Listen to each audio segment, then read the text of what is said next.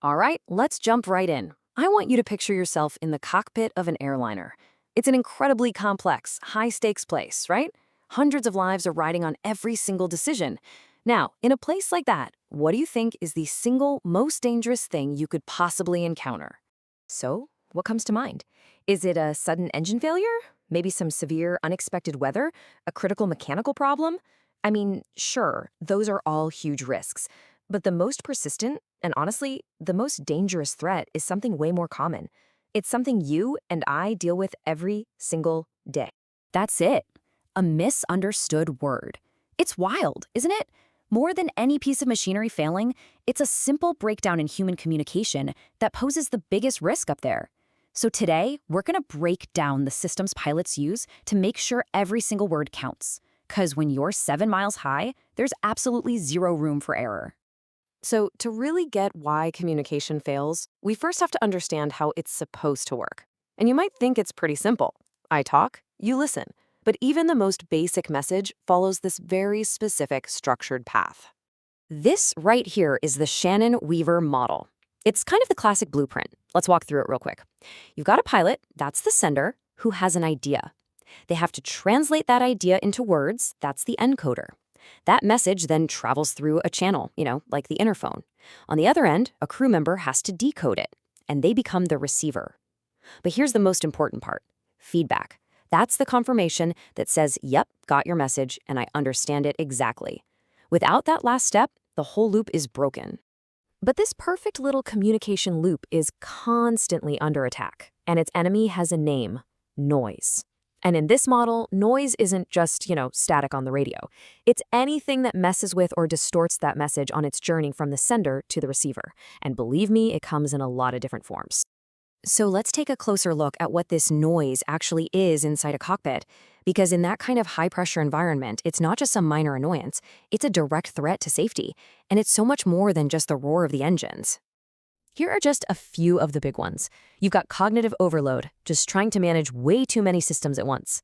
Then there's the intense stress and anxiety of a tricky situation. Complacency is a sneaky one. That's when you think you already know what your partner's going to say, so you just don't really listen.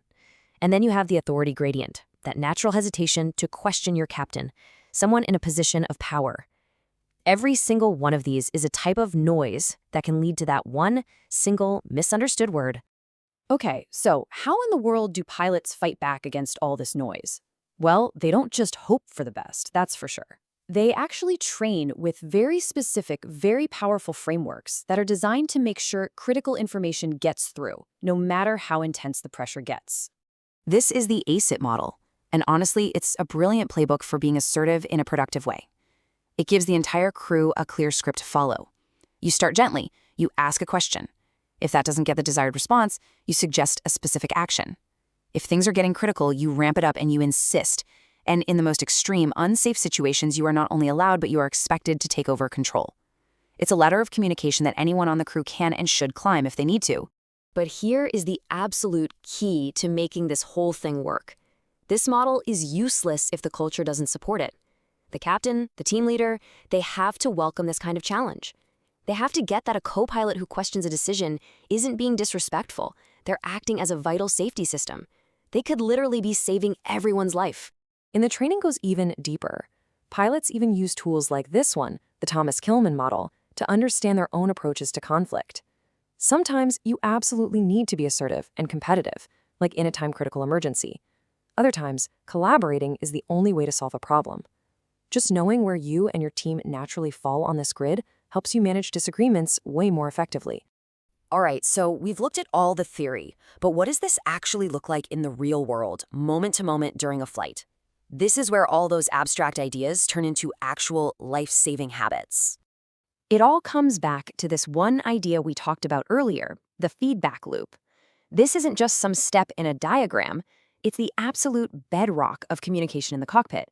It's the constant, deliberate act of confirming and reconfirming that yes, your message was received, and yes, it was understood.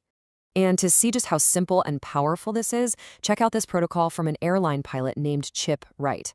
He explains that when a pilot tunes a secondary radio, say to get the weather, they tell their partner, "I'm off."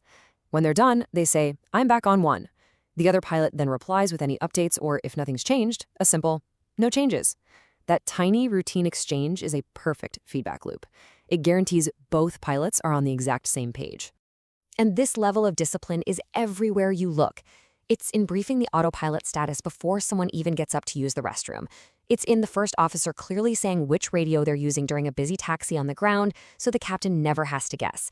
It is a constant, deliberate, nonstop flow of information that leaves absolutely nothing to chance.